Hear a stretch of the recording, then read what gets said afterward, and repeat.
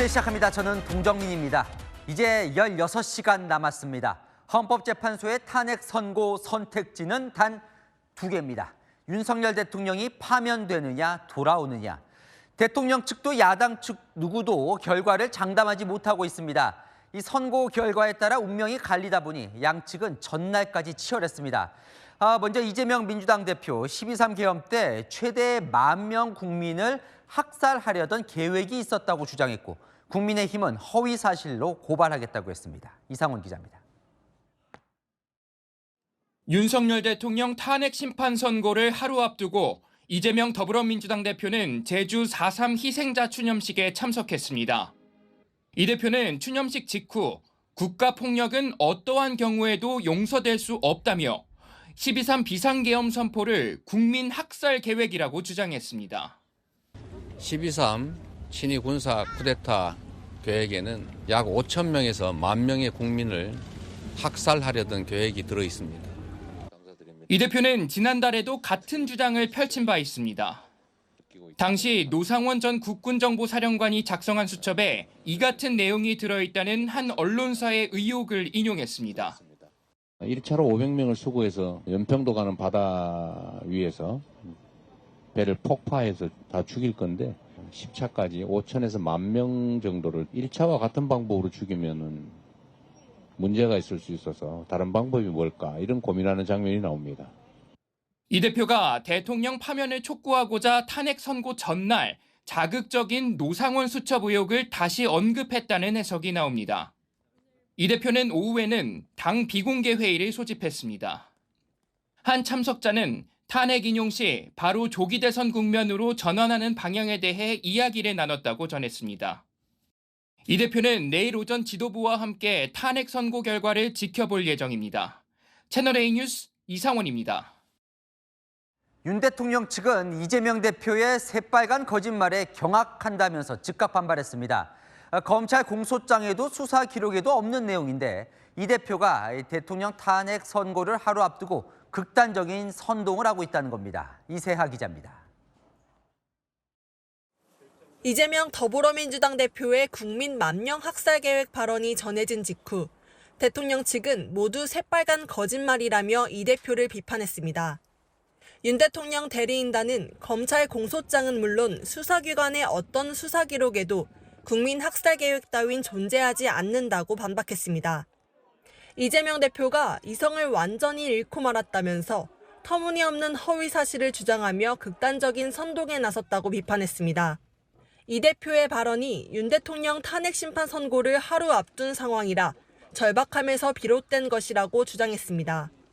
이 대표가 더 이상 조기 대선으로 사법 리스크를 벗어날 수 없음을 알기에 어떠한 거짓말을 동원해서라도 극단적 지지자들을 광장으로 끌어내려는 것이라고 비판했습니다.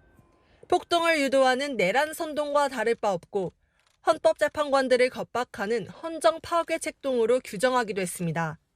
대통령 대리인단은 희생자를 추모하는 자리마저 헌법재판소를 흔드는 선동의 장으로 악용했다며 이 대표를 향해 허위 선동을 바로잡고 사과하라고 요구했습니다. 국민의힘도 이 대표가 허위 사실을 유포해 탄핵 기각 결정을 뒤엎어보려 시도한다며 형사고발 등 강력한 법적 조치에 착수하겠다고 예고했습니다. 채널A 뉴스 이세아입니다. 정치권이 선고 전 승복 의사를 밝혀야 한다는 이 사회 각계각층의 요구가 쏟아지고 있지만 여야는 모두 상대를 향해 승복하라고 외치고 있습니다. 여당은 승복하겠다지만 대통령 측은 침묵하고 있고 민주당은 승복을 강요하는 건 2차 가해라고 했습니다. 자, 이준성 기자 보도 보시고 왜 양쪽 다 이 승복 메시지를 내지 않는지 아는 기자 알아보겠습니다. 더불어민주당은 대통령 탄핵 선고 승복은 민주당이 아니라 대통령의 몫이라고 했습니다. 이 사건의 당사자가 이재명 대표가 아니거든요. 당사자한테 좀 물어보세요. 당사자한테. 계엄을 학폭 사건에 빗대며 피해자가 승복할 일은 아니라고도 했습니다. 학폭이 벌어져가지고 가해자가 피해자를 말도 못하게 정말 힘들게 만들었습니다. 그런데 가해자는 전혀 사과도 하지 않습니다. 지도부 관계자는 우리에게 승복을 묻는 건 2차 가해라고 말했습니다. 민주당은 내일 탄핵 결과가 인용이 아닐 경우 광장 투쟁 등을 검토 중인 것으로 알려집니다. 한 중진 의원은 기각 시 80년대 민주화 운동하듯 전면전에 나서게 될 것이라며 국민 저항이 장기화될 수 있다고 말했습니다. 국민의힘은 민주당이 사실상 불복 선언을 했다고 비판했습니다. 이재명 대표가 바라는 것이 충돌과 유혈 사태인지 묻지 않을 수 없습니다. 애당초 오늘의 사태를 불러온 데는 민주당 책임이 가장 큽니다. 탄핵 반대파 일부도 승복 의사를 내비쳤습니다. 결국 단심제이기 때문에 승복 안 할 도리는 없죠. 그래서 우리 지도부에서는 승복하겠다라는 입장 표명을 이미 했습니다. 하지만 당사자인 윤 대통령은 오늘도 승복 메시지를 내지 않았습니다. 채널A 뉴스 이준성입니다. 아는 기자, 정치부 이세진 기자 나와 있습니다. 이것부터 좀 살펴보죠. 선거 하루 앞두고 이재명 대표의 발언으로 시끌시끌한데요. 개헌 당시 국민 학살 계획이 있었다. 이거 뭡니까? 네, 이재명 대표가요. 오늘 오전 제주 4.3 추념식 끝나고 기자들 만나서 한 이야기입니다. 개헌 당시 5천 명에서 10,000명 학살 계획이 있었다는 건데 대표 측의 근거를 물어보니 노상원 전 정보사령관 수첩에 그런 내용이 담겼었다라는 한 언론사 보도를 이야기하더라고요. 개헌 당시 계엄군이 1차로 정치인 등 500명을 체포하고 이런 비슷한 계획을 10차례, 10차례 정도 진행할 것 같은 취지의 내용의 보도였는데 지난달에도 이 대표가 이 발언을 공식 회의에서 했었거든요. 오늘 다시 꺼내 든 거죠. 변호인 대통령 측도 그렇고 여당도 바로 반발을 하더라고요. 네, 대통령 측은 명백한 허위라고 주장했습니다. 검찰 공소장에도 없는 진위가 확인도 안 된 주장을 사실인 것처럼 말했다고요. 대통령 측은 선고 전날 이런 선동을 하는 게 악의적이라고 봅니다. 그러니까 시점이 뭔가 문제가 있다 이렇게 보는군요. 네, 내일 선고가 어떻게 나오든요. 승복할 것이냐라는 질문을 계속 받아왔던 이재명 대표입니다. 오늘의 메시지는 이 승복 여부에 대한 이 대표의 태도와도 궤를 같이 한다고 볼 수 있는데요. 원하는 탄핵 심판 선고 결과가 분명히 있고 다른 결과는 용납할 수 없다라는 뜻으로 풀이됩니다. 자, 대통령 측도 이재명 대표 측도 승복 메시지가 안 나오고 있습니다. 하라고 계속 요구를 하는데도 왜 안 하는 거예요? 네, 그 이유를 키워드로 꼽아보면요. 쉽게 말해 양측 다 결과를 몰라서 그렇습니다. 사실 결과를 예상하거나 확신한다면 쿨하게 승복 메시지를 먼저 던지는 게 정치적으로 얻을 수 있는 이득도 있거든요. 어떤 결과 나와도 승복한다고 먼저 말하면 대통령 입장에서는 인용, 민주당 입장에서는 기각, 어느 쪽이든 헌재가 원치 않는 결정을 내릴 부담만 덜어주는 꼴이 될 수 있다라는 거죠. 자, 그러면 원치 않는 결과 나오면 불복한다는 거예요? 네, 승복도 안 하지만 불복도 아닙니다. 한마디로 애매한 자세와 태도를 취하고 있죠. 그럼 뭐예요? 지금 뭘 노리는 거예요? 네, 이것도 제가 키워드로 한번 설명을 드리면요.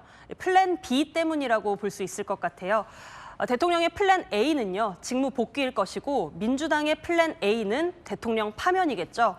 원하지 않았던 결과에 대비하려면 오히려 깔끔한 승복보다는 애매한 스탠스가 낫다라는 겁니다. 애매한 스탠스가 낫다. 대통령의 플랜 B 뭘 노리는 겁니까, 그럼? 네, 대통령이 원치 않는 파면이라는 결정이 나올 경우에요. 대통령은 더 이상 대한민국의 최고 권력자가 아닙니다. 정치적 힘과 영향력도 확 줄어들고요. 눈앞에는 내란죄 수사 등 험난한 상황이 기다릴 겁니다.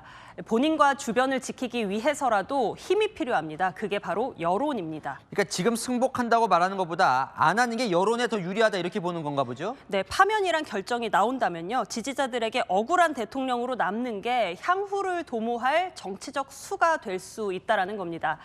대통령이 무슨 결과가 나오든 승복하겠다라는 말을 하는 것보다 국민이 납득할 만한 결과를 헌재가 도출하는 게 본질이다.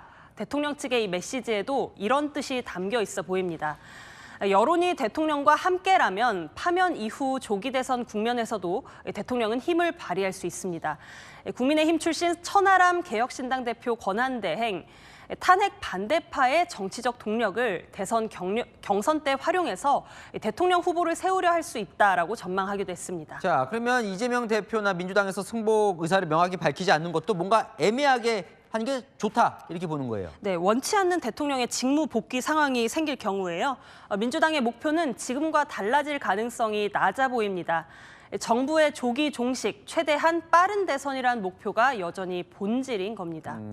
그렇다면 어쨌건 지지층을 뭔가 계속 모아둬야 된다 이런 건가요? 네, 맞습니다. 그래서 명쾌한 사전 승복 메시지를 안 내는 게요. 향후 지지층의 결집력 폭발에 더 좋은 수가 될 수 있습니다. 대통령이 제2의 계엄을 할 수 있다는 등 여론에 불을 지피는 데에도 말입니다. 네, 잘 들었습니다. 한은 기자, 이세진 기자였습니다. 윤석열 대통령은 내일 탄핵 심판 선고 때 헌법재판소에 참석하지 않기로 했습니다. 선고를 하루 앞두고 대통령실은 내일 선고 결과에 따른 후속 계획 마련에 종일 분주했다는데요. 긴장감이 감돌고 있는 대통령 관저 앞으로 가보겠습니다. 최승현 기자, 결국은 안 가기로 했네요. 네, 맞습니다. 대통령이 내일 재판에 출석하지 않을 가능성이 매우 높다고 저희가 전해드렸는데요. 오늘 불출석으로 확정이 됐습니다. 내일 혼잡이 우려되는 상황에서 질서 유지 그리고 대통령 경호 문제를 종합적으로 고려했다고 대통령 변호인단은 밝혔습니다. 대통령은 내일 자신의 탄핵 심판 선고 결과를 이곳 관저에서 지켜볼 예정입니다. 인용이 결정나면 파면, 기각 결정이 내려지면 직무 복귀, 두 개의 갈림길에 서 있는데요. 대통령실은 오늘 종일 이 두 가지 상황에 따른 후속 계획 마련에 분주한 모습이었습니다. 정진석 비서실장 주재로 고위급 회의를 열고 현재 결정 이후 시나리오들을 검토한 것으로 파악됐습니다. 내일 오전 탄핵이 기각될 경우 대통령은 참모들과 오찬을 갖고 이후 경제안보 상황 점검을 위한 국가안전보장회의, NSC 등 회의를 주재하는 방안들이 거론된 것으로 전해졌습니다. 직무 복귀 시 대국민 담화 여부와 시점도 검토한 것으로 알려졌는데요. 반대로 인용 결정이 날 경우도 있습니다. 대통령 파면 결정이 날 경우 대통령실 차원에서 짧은 서면 입장문을 내는 방안이 유력해 보입니다. 검토된 시나리오들을 정리해 대통령에게 보고하면 대통령이 최종 결정합니다.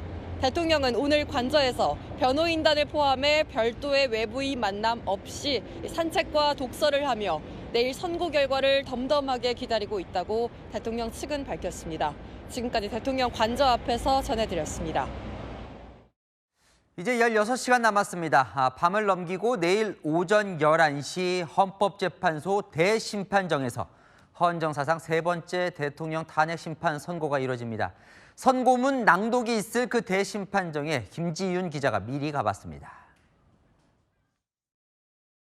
선고 시작 10분 전 헌법재판소 1층 대심판정 방청석은 여야 정치인과 20명의 시민 방청객 그리고 언론사 취재진으로 가득 차게 됩니다. 청구인석은 국회 소추위원인 정청래 법제사법위원장이 채우고 맞은편 피청구인석은 윤석열 대통령 불출석으로 비어있게 됩니다. 오전 11시 정각 헌법재판관 8명이 지정된 자리에 앉으면 문영배 헌법재판소장 권한대행이 사건 번호를 읽는 걸로 헌정사상 세 번째 대통령 탄핵 심판 선고의 시작을 알립니다. 지금부터 2024 헌납할 대통령 탄핵 사건에 결정문 내용을 풀어 쓴 선고문 낭독에 걸리는 시간은 20분 남짓. 탄핵 소추 과정의 절차적 미비나 흠결 여부를 따진 뒤 탄핵 사유별로 헌법이나 법률 위반이 있었는지 헌재 판단을 밝힙니다. 위반이 있다면 중대 위반인지를 설명하고 헌재 최종 결론이 담긴 주문을 읽습니다. 주문이라는 단어 다음 따라올 말이 윤 대통령의 운명을 가릅니다. 기각한다. 파면한다. 기각 또는 각하는 직무 복귀로, 파면은 대통령직 상실로 즉각 효력을 발휘합니다. 채널A 뉴스 김지윤입니다. 인용이냐 기각이냐 각하냐, 대통령 파면이냐 복귀냐는 바로 이들 8인의 헌법재판관 손에 달려 있습니다. 이들이 어떤 선택을 할지 단서가 혹시 있지는 않을까. 이들 8인이 내린 앞선 6건의 탄핵 심판을 김정근 기자가 분석해봤습니다. 헌법재판소가 현재 8인 체제로 결정한 탄핵 심판은 모두 6건. 4건은 만장일치, 2건은 의견이 크게 엇갈렸습니다. 이진숙 방송통신위원장 탄핵 심판에선 재판관들이 정확히 양분됐습니다. 재판관 4명은 이 위원장이 방통위법을 어겼다며 파면 의견을 낸 반면 다른 4명은 하자가 없다며 기각 의견을 낸 겁니다. 한덕수 총리 탄핵 사건에선 의견이 더 분화됐습니다. 재판관 5명이 기각 의견을 내 탄핵은 기각됐지만 재판관 의견은 4가지로 갈라진 겁니다. 정계선 재판관은 홀로 파면을 주장했습니다. 헌법 또는 법률 위반의 정도가 피청구인의 파면을 정당화할 수 있을 정도로 중대하다고 생각합니다. 김복형 재판관은 기각 의견을 냈지만 일부 위법을 인정한 다른 4명의 재판관 의견보다 한 발 더 나갔습니다. 헌법 또는 법률 위반을 인정할 수 없다고 생각합니다. 정영식 조한창 재판관은 국회가 의결 정족수를 안 지켰다며 각하 의견을 냈습니다. 재판관 정영식, 재판관 조한창의 각하 의견의 요지를 말씀드리겠습니다. 두 재판관은 최상목 당시 권한대행의 헌법재판관 후보자 미임명 권한쟁의에서도 국회 의결 절차의 미비점을 지적했습니다. 윤 대통령 사건에서도 절차적 요건을 꼼꼼하게 따질 가능성이 높습니다. 감사원장과 검사 3명 탄핵에선 재판관 결론이 대체로 일치했습니다. 하지만 세부 쟁점에서 별개 의견이 여럿 나오는 등 재판관들이 소신을 드러내고 있어 윤 대통령 탄핵 심판에서도 변수가 됐을 거란 전망입니다. 채널A 뉴스 김정근입니다. 16시간 뒤에 대통령 탄핵 심판 선고가 있습니다. 지금 헌법재판소는 무엇을 하고 있을까요? 헌법연구관 출신 황도수 교수 모시고 좀 긴장이 되는 이 헌법재판관 소식을 좀 알아보겠습니다. 8인의 재판관들은 지금 좀 뭘 하고 있을까요? 지금 마지막 전날이기 때문에 네. 결정문의 마지막 토시 하나까지 아마 손보고 있지 않겠는가. 네. 이게 어떻게 보면 인생에 걸린 자기의 결정문이기 때문에 예. 이 부분에 관해서 국민들한테 나의 진심이 정확히 전달될 수 있는 문구가 무엇인지 아다르고 어다른데 예. 이 국민들을 어떻게 하면은 이 탄핵 사건에서 평화롭게 안정시킬 수 있을까 이거에 집중을 하면서 아마 마지막 문구를 조절하고 있을 거로 봅니다. 네, 짐도 고칠 수 있는 거군요. 예, 문구는. 그렇습니다. 야, 선고 전야인데 재판관들 어떻게 서로 좀 이야기를 나누고 있을까요? 좀 어떤 생각을 할까요? 그거는 뭐 재판관님들마다 평소에 네. 친소 관계가 있기 때문에 네. 이럴 때 이제 편안하게 이제 차 한잔 하자는 그런 분들 계실 수도 있고 그거는 이제 다양합니다. 예, 성향에 따라서. 네. 자, 이 재판관들 이제 내일 선고문을 저희가 보면 알겠지만 의견이 나눠질 수 있잖아요. 다 동의하진 않지 않겠습니까? 모든 항목에 대해서. 그건 다 별개 의견 이런 것들도 다 각자 쓰는 겁니까? 예, 그렇습니다. 일단 준비되어 있는 거는 제가 볼 때 뭐 인용 결정문을 하면 인용한다면 어떤 결정문, 기각한다면 어떤 내용, 그다음에 각하한다면 어떤 결정문이 이미 결정문은 준비돼 있습니다. 그래요? 예, 그렇게 준비돼 있는 상태에서 나는 법리상으로 또 내지는 뭐 증거 채택에서 좀 다른 의견이 있어. 결론은 같지만 이 부분에 대해서는 나는 다른 의견을 쓰고 싶다 할 때 개별적으로 준비를 하게 되죠. 그걸 이제 별개의 의견으로 이제 보통 준비하게 되는 거죠. 그래요. 근데 결론 유출을 막기 위해서 헌법 연구관들이 연구관 하셨지만 기각, 인용, 각하를 각각 결정문 초안을 쓴다고 맞습니까? 그거는 어떤 의미냐면은요. 지금 TF 연구관들이 있지 않습니까? 그러면은 재판관님들이 평의를 해가면서 처음에는 연구 보고서로 평의를 하고요. 그다음에 대충 의견이 취합되기 시작하면은 이제는 구체적으로 결정문을 써본 상태에서 이 상태에서 한번 평의를 해보자. 이렇게 되면은 우리의 생각이 보다 명확해지거든요. 결론까지 이르는 과정이. 그러니까 그렇게 할 때 이제 재판부에서 연구 TF한테 얘기를 하죠. 일단 뭐 인용된다면은 어떻게 써봐라. 또 기각된다면 어떻게 써봐라. 대충 평의 내용의 중심으로 몇 가지 나올 수 있으니까 준비를 시키죠. 그리고 그 결정문 초안이 이제 올라와서 이제 그 초안을 두고 또 다시 평의를 하시니까요. 그러면서 문구 하나하나를 조정하시게 될 거예요. 그렇게 됩니다. 그러면 그건 이제 다 쓰여져 있다는 거죠? 지금 다 돼 있습니다. 그건 다 돼 있어요. 이제. 예. 자, 그럼 보통 어떤 내용이 낭독문에 이렇게 들어가게 되죠? 낭독문은 그 낭독하시는 분, 특히 이제 지금 권한대행이 지금 준비하고 계시기 때문에 그거는 이제 결정문 내용 그대로를 낭독하게 되면 너무 긴 시간이 걸리거든요. 그 긴 시간에 있는 거를 다 읽을 수 없기 때문에 짧게 핵심만, 요지만 짚어서 국민들에게 이 짧은 시간에 어떻게 하면 지금 대통령 탄핵이기 때문에 국민들이 안정할 수 있을까? 이런 데 관점을 둬서 어떤 부분을 말씀드리면 국민들이 나의 결정에 승복할 수 있을까? 설득할 수 있을까? 이런 관점에서 따로 이렇게 일부 모아놓는 거죠. 어떻게 말할까? 이런 준비하는 겁니다. 그럼 낭독은 뭐 리허설 같은 연습도 합니까? 그건 개별적으로 하시겠죠. 아, 그래요? 예. 그 내일 11시가 선고잖아요. 하기 전에 한 번 더 모여서 평의를 진행을 하나요? 그 평의가 마지막 평의이고 마지막 평결하는 거죠. 아직까지는 제가 볼 때 아직 재판관님 각자가 나는 인용할 거야, 뭐 기각할 거야, 이거를 드러내진 않으셨다 이렇게 보는 거예요.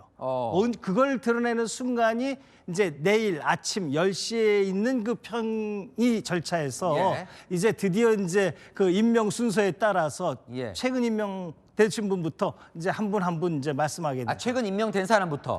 그러면 지금으로 따지면 조한창, 정계선 뭐 그런 순서로다가 이제 대충 되죠. 그게 관례로 되어 있으니까요. 그럼 그때 이제 명확하게 이제 그렇죠. 나는 뭐 인용을 하겠다. 나는 기각을 하겠다. 이제 분명하게 이제 이야기를 하게 되고 그것을 모아놓으면은 이제 헌법재판소 결정의 내용이 결정되는 거죠.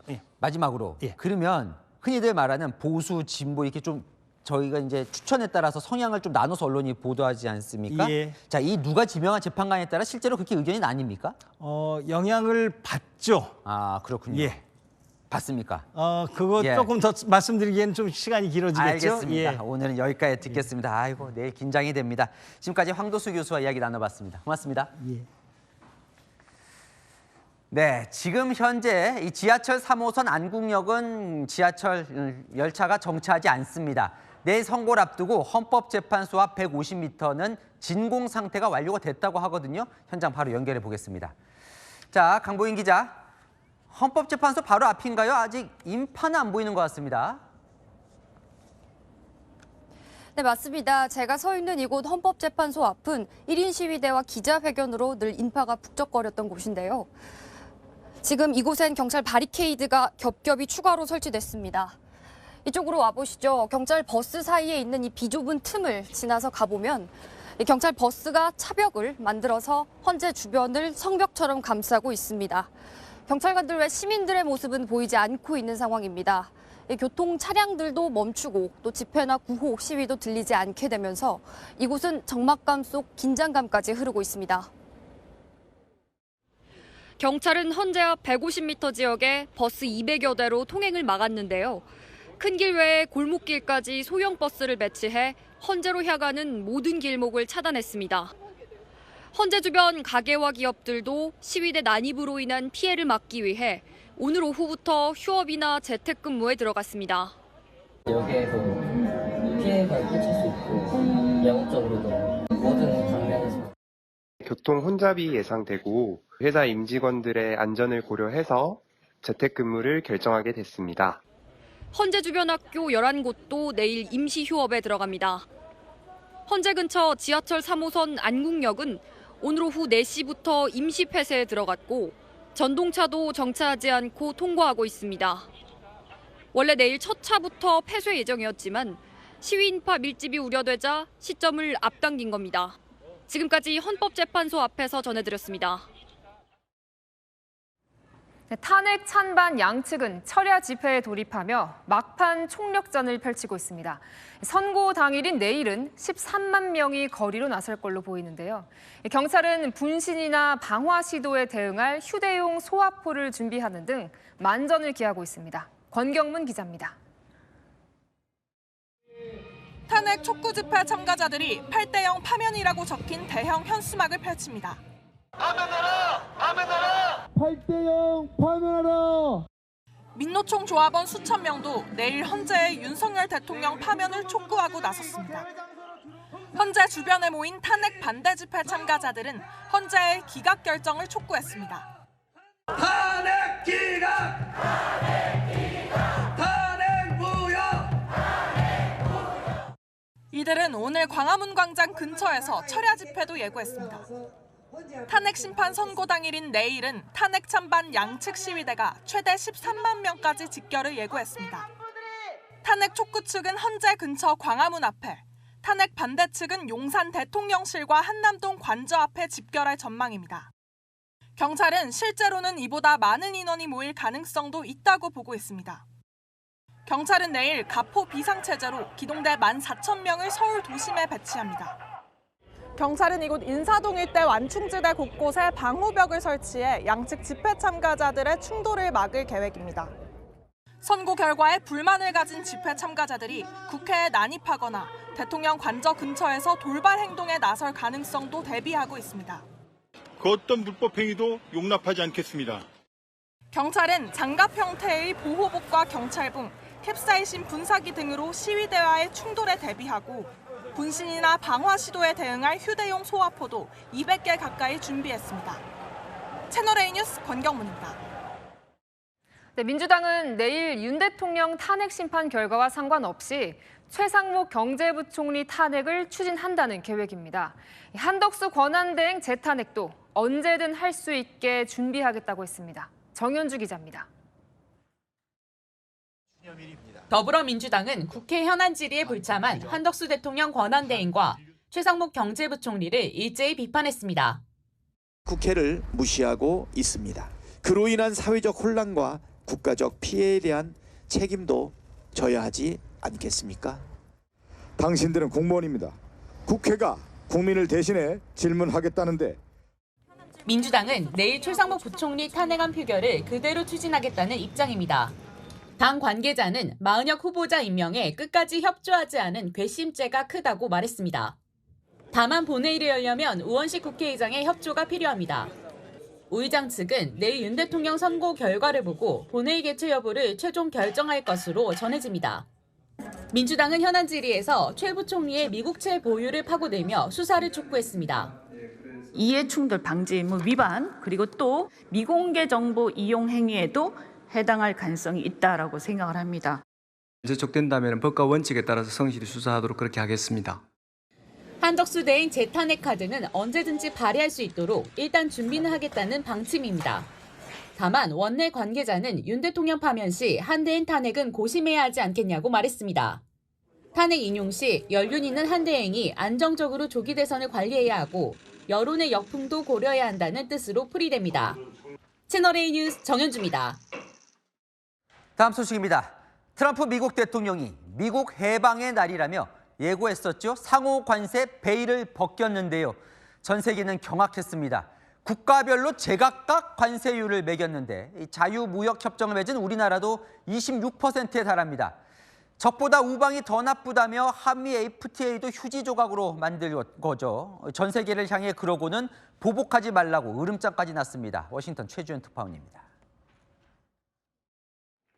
백악관 로즈가든에서 180여 개 국가를 상대로 상호 관세 부과 방침을 발표한 도널드 트럼프 미국 대통령. This is Liberation Day. 트럼프는 한국의 기본 관세 10%와 개별 관세 16%를 더해 총 26%의 상호 관세를 부과했습니다. 미국과 자유무역 협정 FTA 상대국 중 가장 높고 일본, 유럽연합과 비교해도 높습니다. 트럼프는 우리나라를 콕 집어 자동차나 쌀을 중심으로 비관세 장벽이 높다고 일방 주장을 펼쳤습니다. 우방이 적보다 더 나쁘다는 주장까지 했습니다. 81% of the cars in South Korea are made in South Korea, and in many cases the friend is worse than the foe in terms of trade.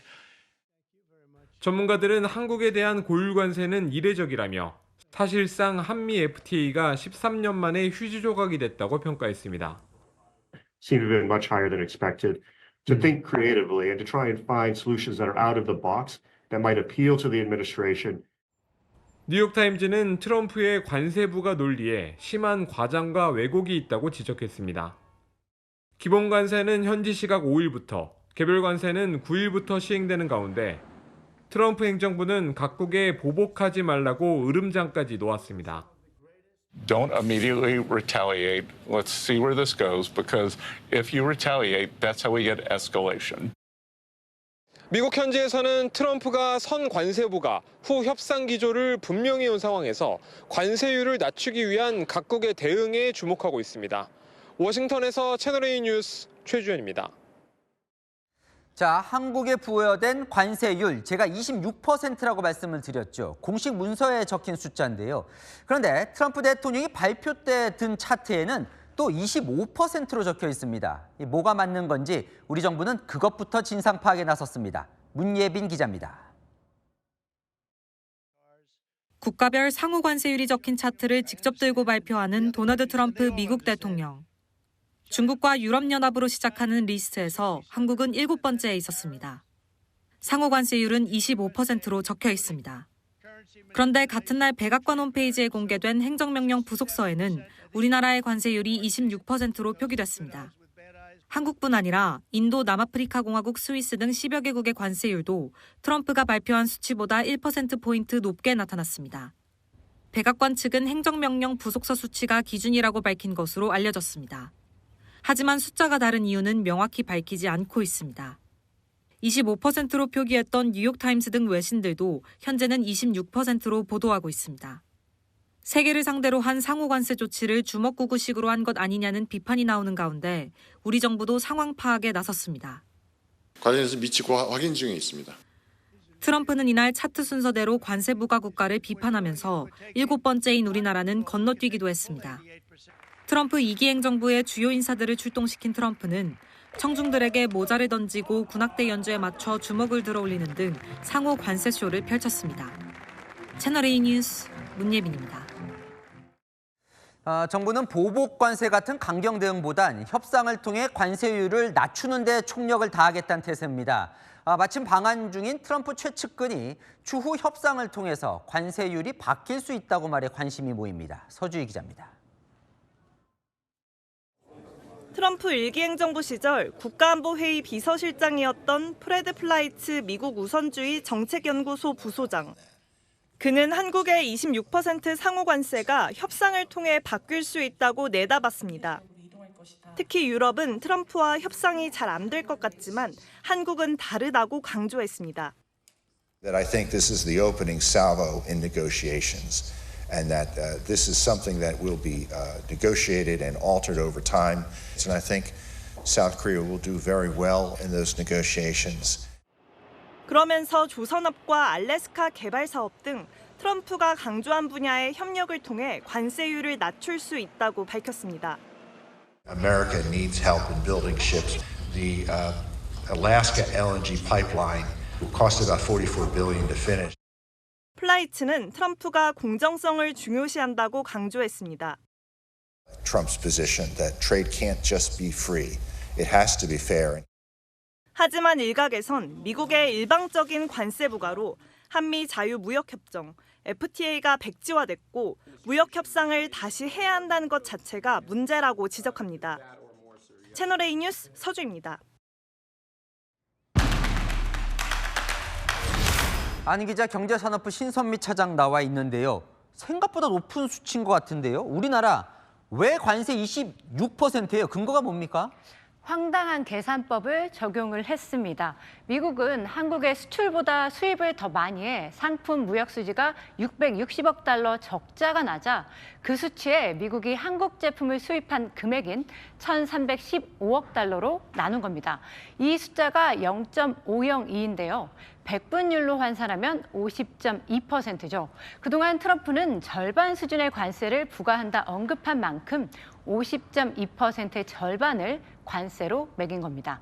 이 같은 계산법에 미국과 교역이 거의 없는 무인도, 허브 맥도널드 제도에도 10% 관세를 부과했는데요. 펭귄과 바다표범, 바다새 등이 서식하는 유네스코 세계 자연유산으로 지정된 곳입니다.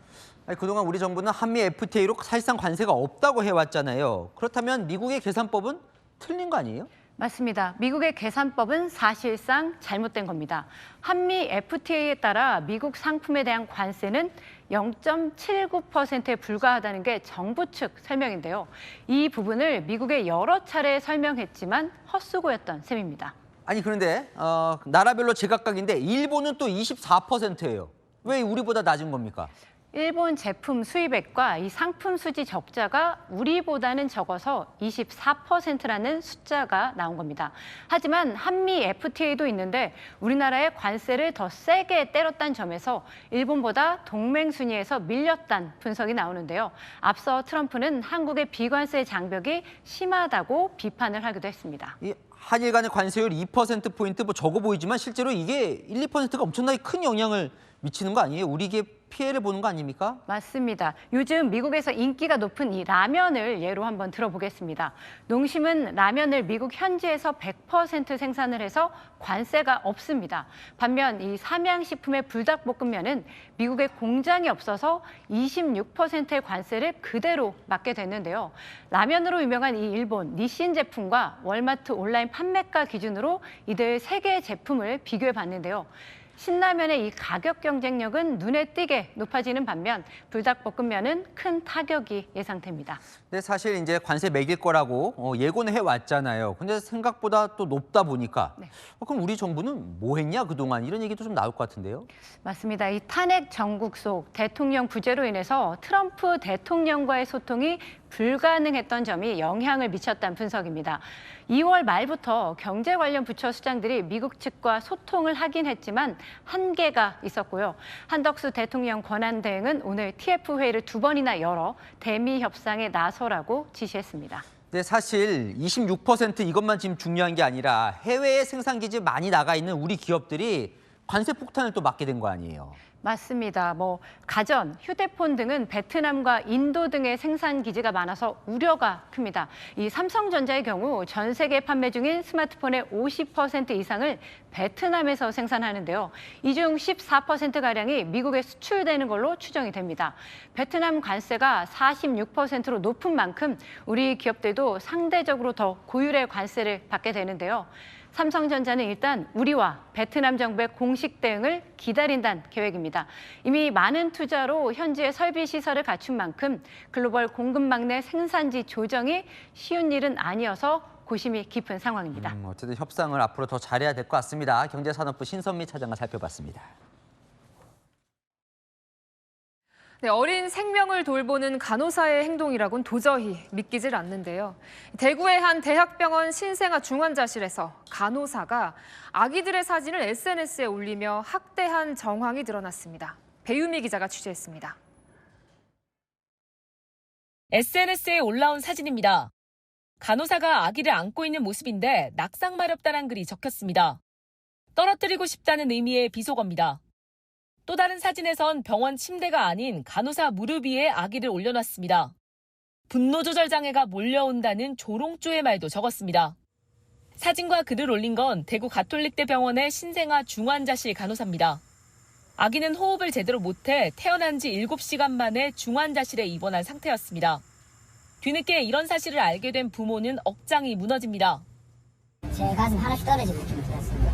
그리고 제 인생 자체가 마비됐습니다. 병원 측의 태도에 더 분노하고 있습니다. 사과는 하면서도 간호사 개인의 일탈로 치부한다는 겁니다. 왜 일탈이냐고 계속 일탈이냐고 물었습니다. 학대 아니냐고. 학대가 아니랍니다. 이런 와중에 이 병원 신생아 중환자실에서 학대당한 아이들이 더 있다는 의혹이 제기되며 파장은 더 커지고 있습니다. 신생아 중환자실에 입원한 아이 중 최소 5명이 비슷한 일을 당했고 또 다른 3명의 간호사가 학대에 가담했다는 주장입니다. 이들이 올린 글에는 침대 구석에 엎드린 아기를 향해 욕설을 써놓는가 하면 중환자실에 들어온 아기를 언제 죽을지 모른다며 원색적으로 비난하기도 했습니다. 부모는 해당 간호사와 병원장을 아동복지법 위반과 아동학대 혐의 등으로 경찰에 고소했습니다. 병원 측은 해당 간호사를 업무에서 배제하는 한편 이번 사태를 엄중하게 인식하고 있고 철저한 조사와 적극적인 후속 조치를 하겠다며 공식 사과했습니다. 채널A 뉴스 배유입니다. 네, 검찰이 문재인 전 대통령 인척에게 승진 청탁을 한 혐의로 김홍희 전 해양경찰청장을 재판에 넘겼습니다. 경비 함정 도입 과정에서 특정 업체에 뇌물을 받은 혐의도 받고 있는데요. 이기상 기자가 취재했습니다. 해경 경비함정 도입 과정에서 뇌물을 받고 엔진 납품을 하는 A사에 일감을 몰아준 혐의로 수사를 받아온 김홍희 전 해양경찰청장. 3,700만 원 뇌물 받은 거 인정하십니까? 혐의 어떻게 소명하셨습니까? 고의로 성능 낮춰서 발주하신 건가요? 검찰이 오늘 김 전 청장을 재판에 넘겼는데 해경청장 승진을 위해 인사청탁을 한 혐의를 추가했습니다. 검찰은 김 전 청장이 2019년 A사 관계자의 인사청탁을 했고 실제로 청장이 되자 A사가 경비함정 일감을 따낼 수 있도록 도왔다고 의심하고 있습니다. 검찰은 김 전 청장의 승진을 도운 브로커가 인사권자인 문재인 전 대통령의 학교 동문이자 인척 관계에 있는 이모 씨라고 지목했습니다. 이 씨가 김 전 청장을 승진시키는 대가로 A사에서 10억 원 넘게 받았다는 게 검찰 조사 내용입니다. 문 전 대통령 측은 무리한 수사를 벌였다는 입장입니다. 윤건영 더불어민주당 의원은 사돈의 팔촌까지 다 연결해서 몰아간다며 실제 청탁이 있었다면 검찰이 구체적인 내용을 밝히라고 비판했습니다. 검찰은 문 전 대통령 인척인 이 씨도 변호사법 위반 등 혐의로 재판에 넘겼습니다. 채널A 뉴스 이기상입니다. 네, 영남 지역을 집어삼킨 최악의 산불은 여의도 156개 면적에 달하는 우리 국토를 앗아갔습니다. 평생을 읽어온 삶의 터전도 잿더미로 변했는데요. 현장 카메라 홍란 기자가 다녀왔습니다. 경북 영덕의 바닷가 마을입니다. 해마다 관광객들이 붐비는 곳인데요. 화마가 지나간 자리, 지금은 불에 탄 집들만 남았습니다. 일상을 잃은 마을, 그 현장으로 가보겠습니다. 마을 중턱에 격자 무늬의 텅 빈 공간이 펼쳐집니다. 양식장이 있던 자리입니다. 물고기로 가득 찼던 곳이 이제는 메마른 바닥을 드러내고 있습니다. 불이 번지는 게 팍팍팍팍 5분도 안 걸려. 이전 채양장에서 불이 번지는 게 다 죽어가지고 내놓고 있고 어떤 놈은 앉아 있고. 광어와 강도다리 19만 마리가 4월 출하를 앞두고 눈앞에서 사라진 겁니다. 38년 어업 인생 처음 겪는 일입니다. 상상도 못했지. 양장에 불 나가지고 사고 난다는 거는 상상을 할 수가 없어요. 자식보다 더 하지. 이 고기는 24시간 붙어 있어야 돼. 취재 중 갑자기 연기가 나 진화대가 출동하는 일도 있었습니다. 땅속 잔불이 배관에 옮겨 붙은 겁니다. 경북 의성의 한 사과나무밭. 다 타버린 나무와 불길을 피한 나무가 흑백 사진처럼 대비됩니다. 이 과수원에서는 사과나무 3,000그루 중 1,000그루가 불탔습니다. 이렇게 뿌리만 남았는데요. 다시 키우려면 최소 5년이 걸립니다. 안 탄 나무에도 열매가 달릴지는 미지수입니다. 처음 했을 때는 괜찮지. 나무 뭐 안 탔으니 괜찮지 싶은데 지금 보니까 이거 안 탔는 것도 이 나무가 하면 다 죽어요. 열기 때문에 익었잖아요. 삶아놓은 거죠. 20여 년 전 귀농 후 차곡차곡 모아온 농기구들도 모두 타버렸습니다. 지게차 이제 사과 떠는 지게차고, 요거는 이제 사과 이제 선배래가 팔 때. 마을이 통째로 사라지는 곳도 있습니다.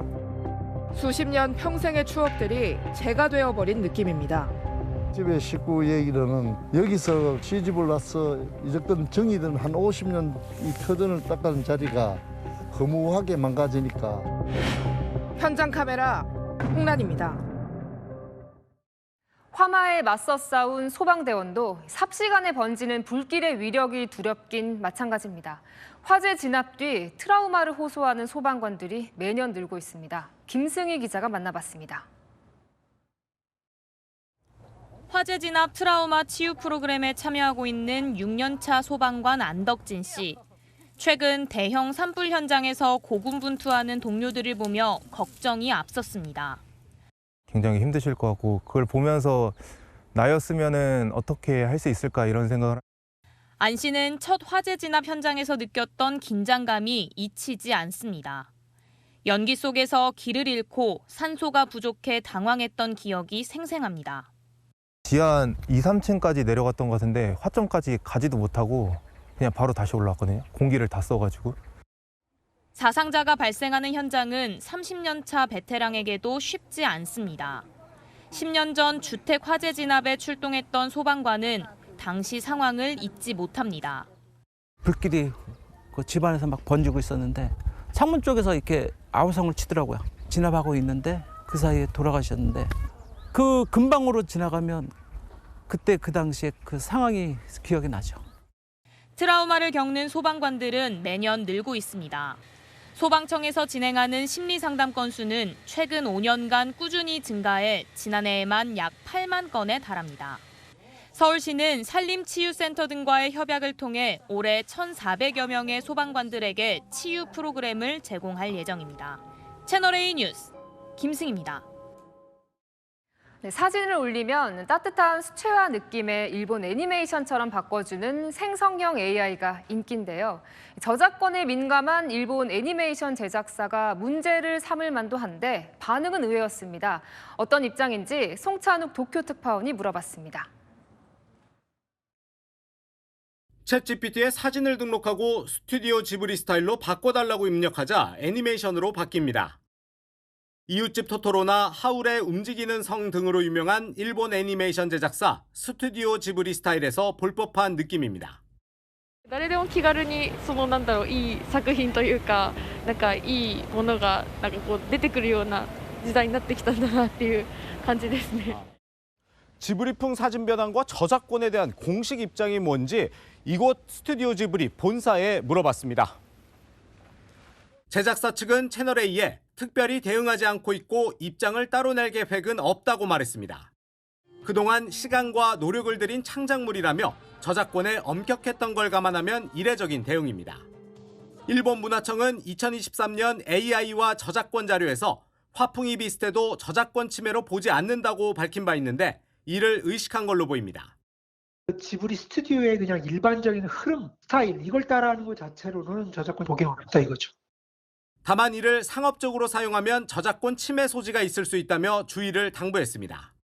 챗GPT 개발사 오픈AI 샘 올트먼 CEO는 최근 우리 그래픽 처리 장치가 녹고 있다며 지브리 스타일 사진 변환 요청이 쇄도하고 있다고 밝혔는데 이것이 오히려 챗GPT 가입자가 늘어난 계기가 됐다는 분석이 나옵니다. 도쿄에서 채널A 뉴스 송찬욱입니다. 네, 미래의 차의 모습은 어떨까요? 제자리에서 360도 회전하고 자율주행 버스엔 아예 운전석이 사라졌습니다. 우현기 기자가 곧 현실이 될 미래 모빌리티 현장에 다녀왔습니다. 자동차 바퀴가 90도 회전하더니 차량이 앞뒤가 아닌 좌우로 움직입니다. 바퀴 각도를 다시 조절하더니 이번엔 제자리에서 360도 빙글빙글 돕니다. 현대모비스가 선보인 기술로 평행 주차를 하거나 골목길에서 후진하지 않고 차를 돌릴 때 유용합니다. 좁은 골목이라도 차량 턱만큼의 공간이 있다면 360도 회전이 가능합니다. 유통화학이 핵심인 롯데그룹도 모빌리티 쇼에 처음 참가해 자율주행 버스를 선보였습니다. 운행 중인 자율버스 아닌데요. 보시다시피 양쪽엔 운전석이 없고 시속 40km까지 주행이 가능합니다. 센서들이 이 주변에 있는 모든 사물들을 정확하게 인지하고 저희가 그에 맞는 가속이나 감속 등의 제어를 수행합니다. 최대 수송 인원은 15명까지 저희가 탑승할 수 있도록 20cm의 계단을 손쉽게 오르내리는 자율주행 순찰 로봇도 공개됐습니다. HD현대는 신기술을 적용한 미래형 굴착기를 선보였습니다. 파야될 장소를 지정하면 화면에 녹색 선이 생깁니다. 지형을 감지해서 초보자도 숙련된 전문가처럼 원하는 깊이와 기울기로 흙을 파낼 수 있습니다. 현대차 그룹은 5분만 충전하면 700km 주행이 가능한 새 수소 전기차를 세계 최초로 내놨습니다. 채널A 뉴스 우현기입니다. 네, 국회에선 긴급 현안 질의가 진행됐습니다. 대법원 법원 행정처장이 나왔는데요. 국민의힘은 공직선거법 2심에서 무죄가 선고된 이재명 대표 사건에 파기 자판 가능성을 물었습니다. 뭐라고 답했을까요? 이서영 기자입니다. 장동혁 국민의힘 의원이 천대엽 법원행정처장에게 이재명 더불어민주당 대표의 공직선거법 3심 파기 자판 가능성을 물었습니다. 파기 자판은 판결 파기 시 대법원에서 직접 재판하는 것을 의미합니다. 천대엽 처장은 쉽지 않다고 선을 그었습니다. 항소심에서는 양형을 정한 바가 없기 때문에 대법원에서 사실상 파기 자판하는 건 쉽지 않을 것입니다. 통상적인 관례에 의하면 맞습니까? 네, 보통 파기 자판은 쉽게 하지 않는다는 그 말씀. 2023년 한 해 파기 자판은 전체의 0.073%에 불과합니다. 그동안 여권에선 이 대표 2심 무죄 선고가 잘못됐다며 대법원이 파기 재판을 해야 한다고 주장해왔습니다. 사회적 논란이 매우 큰 만큼 대법원은 파기 재판을 하는 것이 원칙일 것입니다. 장 의원은 공직선거법의 경우 1심은 6개월, 2심, 3심은 3개월 안에 선고해야 한다는 원칙을 지켜달라고 당부했습니다. 그렇다 하더라도 최대한 신속하게 재판을 해서 대법원에서 633 원칙을 지켜주시기를 바라겠습니다. 예, 상고심에서 잘 판단할 것으로 믿습니다. 채널A 뉴스 이서영입니다. 선고를 앞두고 학교 현장도 혼란스럽습니다. 진보 성향의 교육감들이 탄핵 심판 생중계를 학생들이 시청할 수 있도록 하는 공문을 발송해 논란입니다. 학생들에게 특정 정치적 견해를 심어줄 수 있다는 우려가 나오는데요. 강태현 기자가 보도합니다. 전국 17개 시도교육청 가운데 10개 교육청이 관할학교에 탄핵 심판 생중계 시청 권고 공문을 보냈습니다. 교육과정에 자율적으로 활용하라는 내용입니다. 서울, 인천, 광주, 전북 등 모두 진보 성향 교육감이 있는 곳입니다. 민주주의에 대한 학습 자료로 활용 가능하다는 점을 안내해서 현장의 혼란과 또 갈등을 방지하기 위한 차원에서 어제 재선거로 당선된 김석준 부산교육감은 취임하자마자 공문 발송을 지시했습니다. 일부 교사노조는 수업 활용 시나리오도 만들었습니다. 헌정사 속 대통령 탄핵 사례를 짚어보고 시청 소감을 가족과 공유하는 내용입니다. 앞서 박근혜 전 대통령 때도 진보 교육감들이 시청 권고 공문을 보냈고 학교에서 시청이 이루어졌습니다. 일부 학부모들은 우려를 나타냅니다. 선생님들도 정치 성향에 따라서 어필을 하실 수도 있고 객관적으로 판단을 할 수 있는 시기는 아니니까. 교육부는 중립성 위반 사례 등이 나오지 않도록 관리하라고 각 시도교육청에 공지했습니다. 채널A 뉴스 강태현입니다. 네, 4.2 재보궐선거 성적표가 나왔습니다. 기초단체장 선거가 치러진 5곳 중 1곳을 제외하고 모두 야권 후보가 당선됐습니다. 직전과 비교하면 4대 1이었던 여야 구도가 1대 4로 뒤집힌 겁니다. 손인혜 기자가 전합니다. 윤석열 대통령 탄핵 선고 이틀 전 치러진 4.2 재보궐선거에서 국민의힘이 참패에 가까운 성적표를 받았습니다. 국민의힘은 전통적으로 강세 지역인 경북 김천시에서만 승리했습니다. 서울 구로, 충남 아산, 경남 거제, 전남 담양군 모두 야권이 차지했습니다.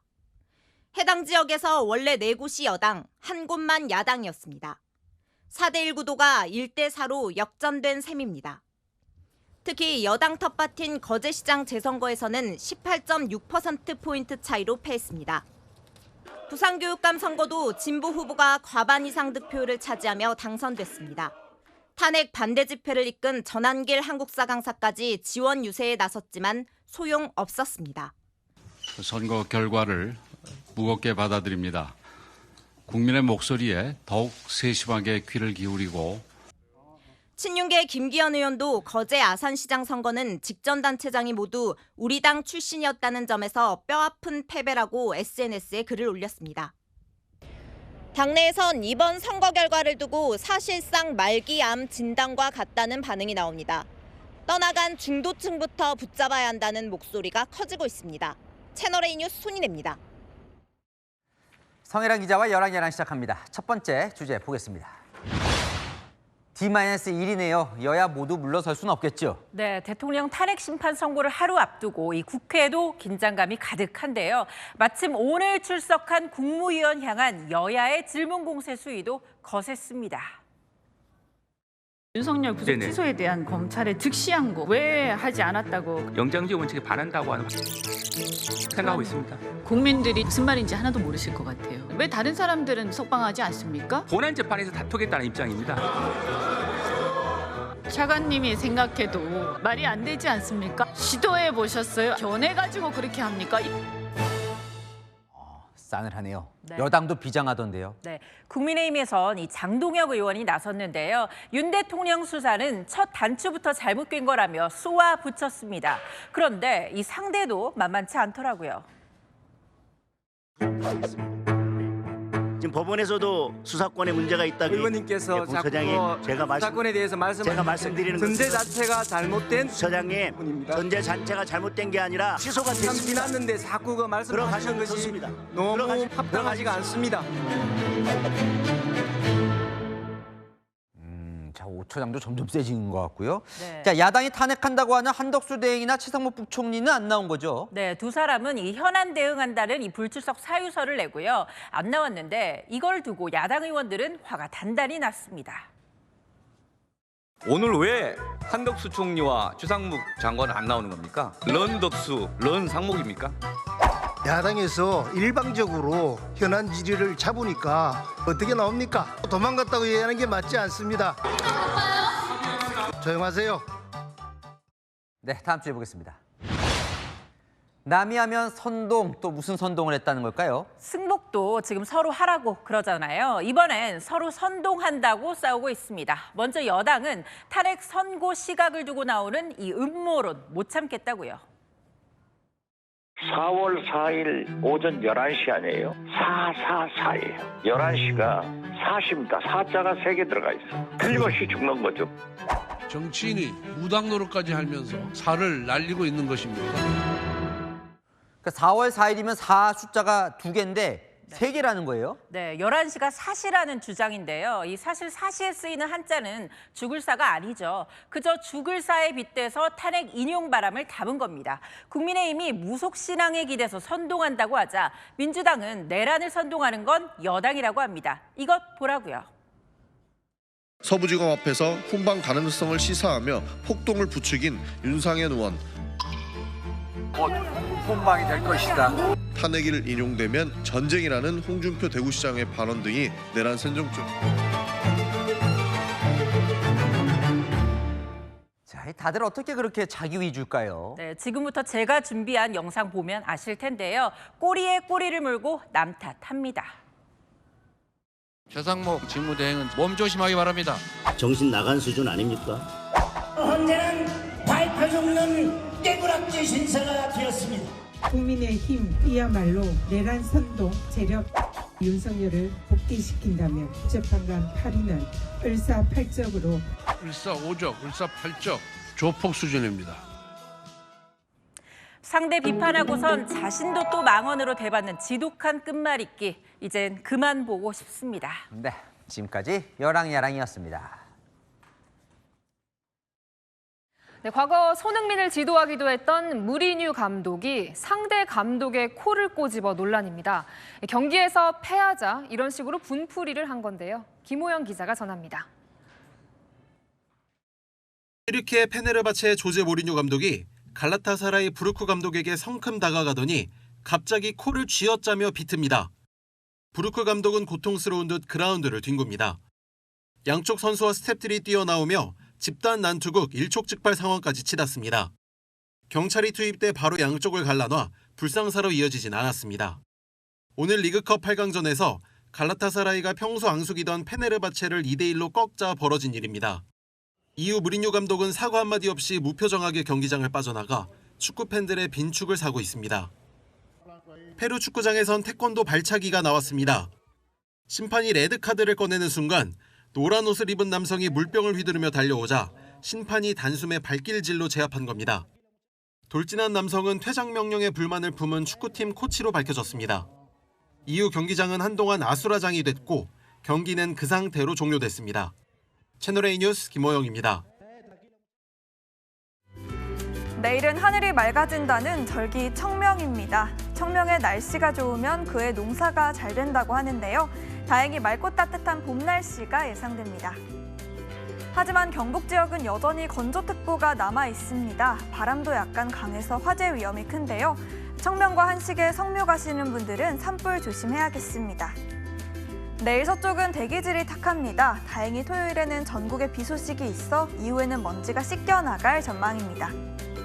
내일도 아침에는 다소 쌀쌀합니다. 서울 6도, 춘천 2도로 출발하고요. 내륙에는 서리가 내릴 수 있겠습니다. 낮이 되면 기온이 쑥 오릅니다. 서울 16도, 광주와 대구 18도까지 따뜻해집니다. 토요일에는 전국에 비 예보 있는데요. 비온 뒤 기온이 잠깐 떨어졌다가 일요일부터 다시 오릅니다. 날씨였습니다. 뉴스에 마칩니다. 시청해주셔서 감사합니다.